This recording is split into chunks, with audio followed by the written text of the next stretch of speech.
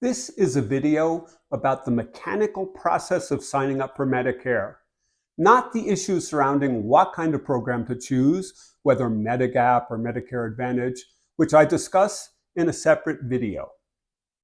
Let me clarify up front that I'm an ordinary consumer like you. Unlike the many videos by insurance brokers, I don't get anything from anyone for making this video. I'm merely sharing what I've learned. Speaking of brokers, there are countless brokers who are happy to help you with this process, and they generally earn between $300 to $600 for signing you up, and a recurring payment of about half that every year you continue with the policy. Personally, I'm a DIY kind of guy. I like the process of learning about things and fixing them myself. Plus, I generally do not trust the advice of commissioned salespeople. I mean, do you trust car dealers? I prefer to work things out for myself, which is what I've done here. And finally, as an incentive to get you to watch this video, in the end, I'm going to tell you how to save 2% on your Medicare Part B premium. With the separation of full retirement age for Social Security from the age at which you get Medicare, the process of signing up for Medicare has become more complicated. When both the age for Social Security and Medicare were the same, 65, you were automatically enrolled in Part A and B with the option of dropping B if you notified them. The fee was automatically deducted from your Social Security check, and you would receive your Medicare card 3 months before your 65th birthday. That was your notice that you had the opportunity to choose an Advantage plan or a Medigap plan in Part D well before you turned 65. As the full retirement age has increased beyond 65, more and more people have to actively enroll in Medicare, and there's no official notice that I've received of this necessity. In 2023, about 60% of people, like me, have waited to take Social Security until after age 65. That leaves a whole cadre of enrollees that have to navigate a fairly undefined process of obtaining Medicare Part A and B, plus Part D, plus any desired supplemental programs like Medigap or Advantage. As far as I've seen, there's no instruction sheet that tells you how to do this. The good news is that I'm 2 months before my 65th birthday, and I've successfully enrolled in Medicare, Medigap, and Part D. But I did hit a few bumps along the way, and for a while I was nervous that I would not get covered in time. This video is about what I've learned and my tips for making the mechanics of enrolling in Medicare as smooth as possible. The first tip is to start early. In my Medicare Mess video, I recommend starting to look at Medicare issues a year before you turn 65. I know that sounds radical, but it allows time for a considered decision. Next, along with the early start, sign up for 2 programs months in advance. AARP if you plan to get an AARP, United Healthcare Supplemental Policy, and SSA.gov. The United Healthcare AARP Medigap and Medicare Advantage policies are the most popular in the US. When I looked at them around my 64th birthday, I concluded I would likely enroll in the United Healthcare AARP Medigap policy. And to enroll, you must be an AARP member at the time of enrollment. I enrolled in AARP once at age 49, and I was appalled at the volume of junk mail I received. I let the membership lapse after that year. Please realize that AARP is one of the biggest sellers of personal information, and without limiting their sale of the information, you'll be inundated. For example, Medicare supplemental policies are big business. If you let your name, email address, or phone number get out, you'll be flooded with contacts. So if you need to enroll in AARP, do it months in advance. I did it by phone, and it took 2 calls to find a representative who would enroll me while suppressing from day one all of the sales solicitations. It didn't hurt that I said I was using a borrowed phone and I have no email address. But it worked. I got the AARP card, but I've received no further contact from them or their sales agents. Now you can sign up for AARP as you apply for a supplemental policy, but that gives you no opportunity to block the sale of your personal information. And there are numerous complaints about the volume of junk that comes from joining AARP when signing up for a supplemental policy. My tip is to sign up months in advance, and only if they agree not to release your personal information. It worked for me. Now, the second part of this tip is to sign up for an online SSA.gov account at the same time you join AARP, months in advance. Somewhat oddly, SSA.gov is where you apply for Medicare, not on the Medicare website. And signing up is a multi-part process. First, you need to get a credentialing account. I'm not making this up, with login.gov or ID.me. The login.gov account is supposedly run by the US government and is the more popular, so that's the one I selected. I wish I could say the login.gov account was easy to create, but it was not. Like 10% of Americans and likely a larger number of older people, I have a security freeze on all of my credit reports. That security freeze prevents you from creating a login.gov account. It would be nice if they told you in advance, but you must unfreeze your Equifax credit file to create a login.gov account. After my attempt to create a login.gov account failed, I called their 24-hour toll-free number and, suspecting my credit freeze was a problem, confirmed that was true, and I unlocked my Equifax credit report so that I could make the application for the credentialing account. I wish that resolved things, but it didn't. After creating the login.gov identification, you can go to SSA.gov and try to sign up for Medicare. I tried but failed repeatedly. Unfortunately, Social Security does not have a 7-day-a-week help desk. Their number is only available Monday through Friday. This happened to me on a Friday evening, so I had to wait until Monday to try to get into SSA.gov to apply for Medicare. Now, their website says they're available from 8 a.m. to 7 p.m. local time, but it turns out this is incorrect. On a Monday morning, I called at 6 a.m. to try to learn the menu system for when I called back at 8. But I punched my way through the menu system, and to my surprise, I was connected to a very nice phone representative in a matter of seconds. It turns out the hours they publicize are East Coast time. So if you live in the West, you can call in very early. My tip is understand the true call center hours and call early when it's less busy. Anyway, if I went through all the issues I had with SSA.gov, this video would take hours. But I have both a home address and a P.O. box for financial transactions. Because all my tax mail comes to my home address, I use my home address with SSA.gov, and that failed repeatedly.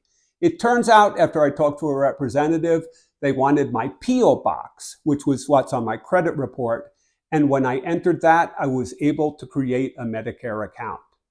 Now, I did get locked out of my SSA.gov account thereafter due to a glitch and spent hours trying to work things out.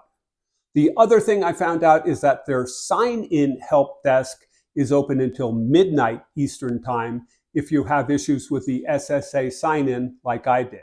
But with all this said, you can see why I recommend signing up for SSA.gov in advance. Now, my next tip is be clear that you're eligible for Medicare the first day of the month in which your birthday falls. My birthday falls late in the month, but I'm eligible for Medicare on the first day of the month in which my birthday falls. Next, and following up on that, you're eligible to apply for Medicare 3 months before your first day of eligibility, which, if you have a late month birthday like me, could be almost 4 months before your birthday. Somehow, I got my birthday fixed in my mind as the critical date, and I almost lost a month of cushion to get the process complete. That caused a little heartburn for me. Don't make the same mistake. The key date is the first day of the month in which you turn 65, and your application can begin 3 months before that date, not your birthday. Anyway, I finally got the Medicare application in. You can also apply for Medicare by visiting the local Social Security office or with a phone appointment. Because of my initial issues getting into the Social Security account, I did talk with a local phone representative who said phone appointments were being booked 8 weeks into the future. So I'm glad I did that application on the computer.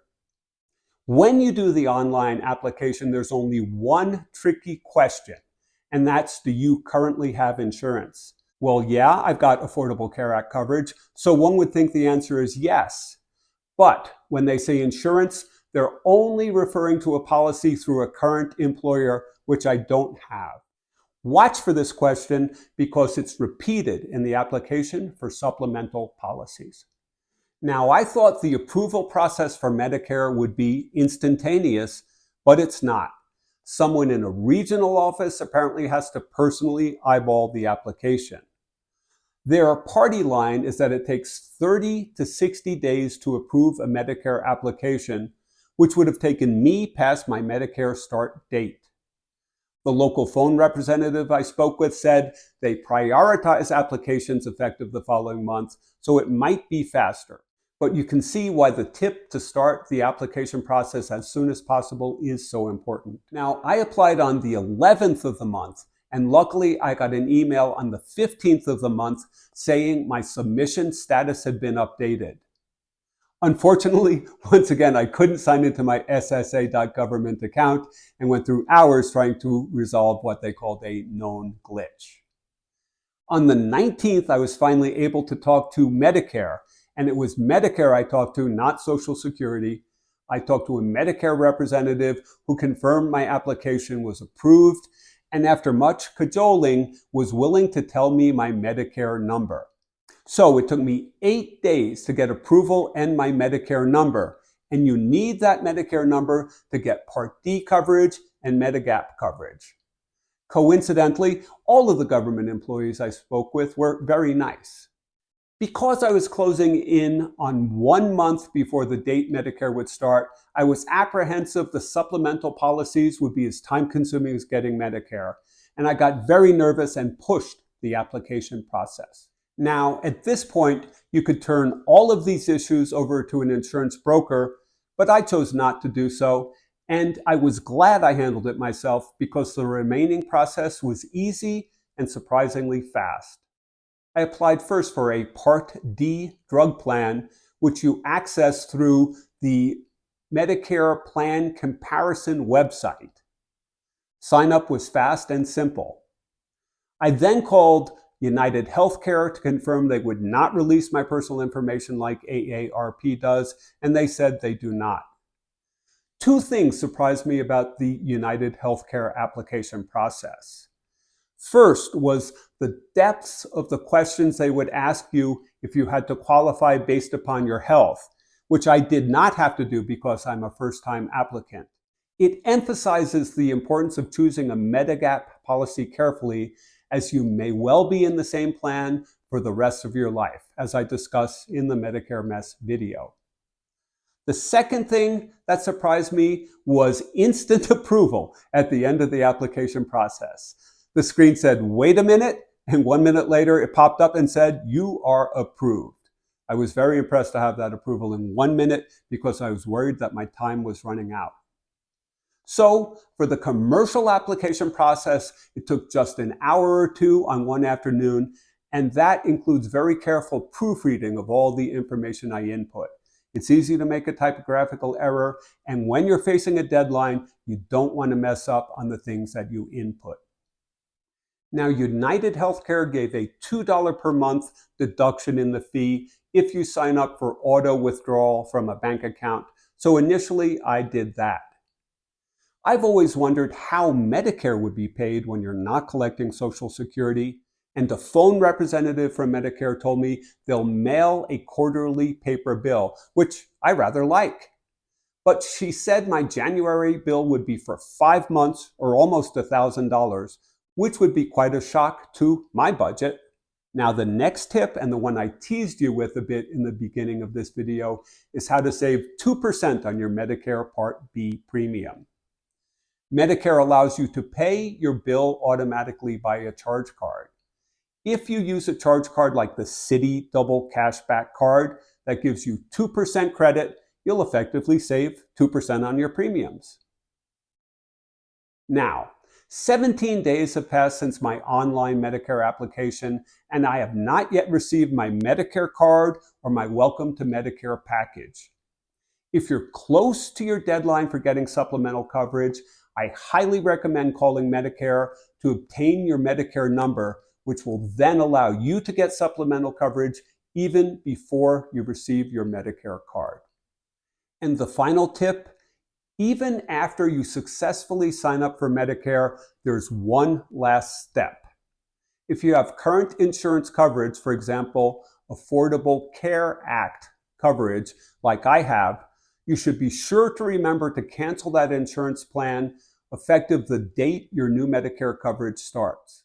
Now, you can, if you desire, overlap Affordable Care Act coverage for a month if you're feeling insecure, and I thought that I might have to do that.